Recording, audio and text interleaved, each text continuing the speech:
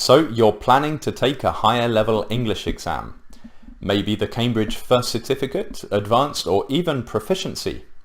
Or maybe your objective is a high band score in IELTS. If that's the case, you're probably wondering what you have to do to really impress in your writing paper. In this video, I'm going to show you 10 typical inversions which could help you to get a great mark in your exam.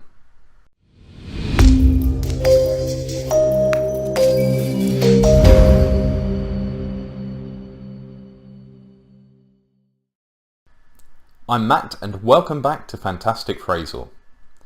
It's important to remember that inversions are generally considered to be formal structures, so you should always consider the type of writing that you are doing before deciding whether to include the phrases that you're going to see in this video.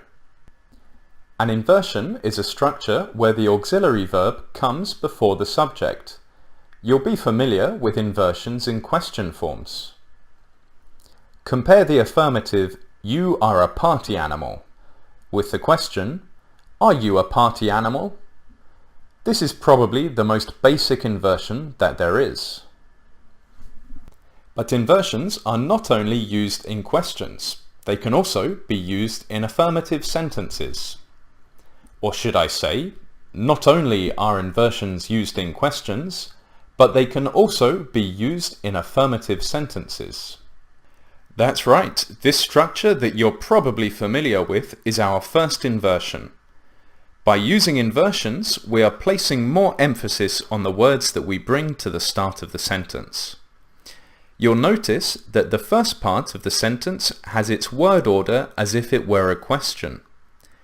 In order to make this inversion, you need to invert or swap the subject and the auxiliary verb. Here's another example.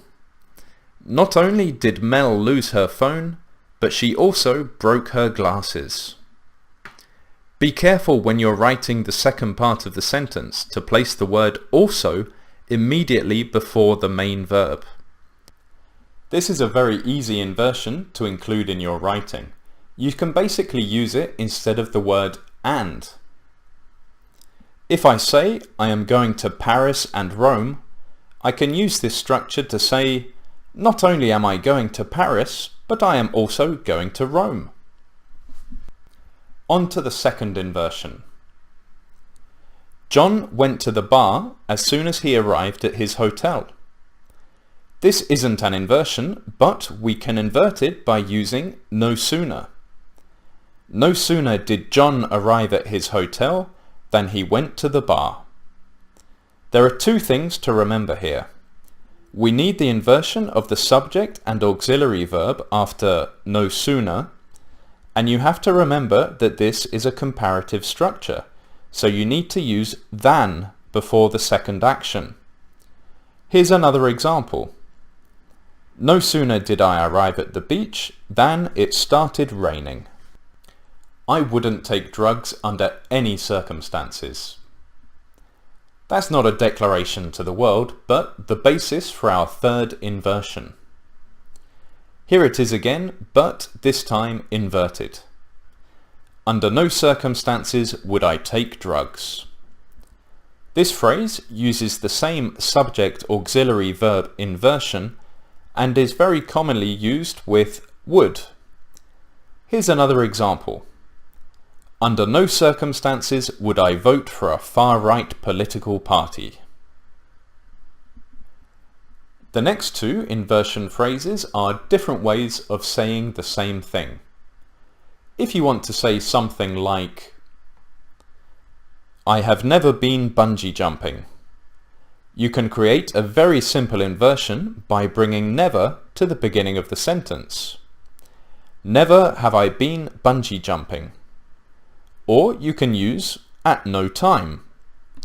At no time have I been bungee jumping. Here are some more examples. Never will I drive a Rolls Royce. At no time should you smoke on an aeroplane. The next three inversions all mean the same thing as well. If you want to say something like, I rarely go to the cinema, or I seldom eat lobster, or I hardly ever read fiction, you can create inversions by bringing the frequency adverbs to the beginning of the sentences. Rarely do I go to the cinema. Seldom do I eat lobster. Hardly ever do I read fiction.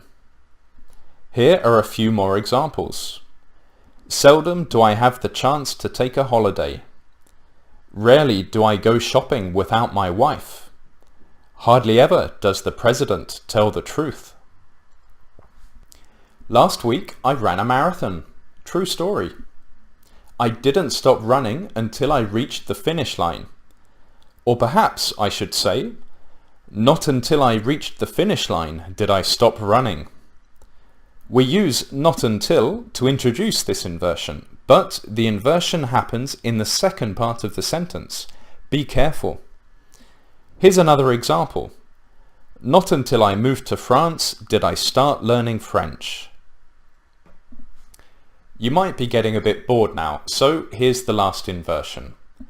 If you want to say something like, John wasn't responsible for the defeat in any way, you can use an inversion and say, in no way was John responsible for the defeat.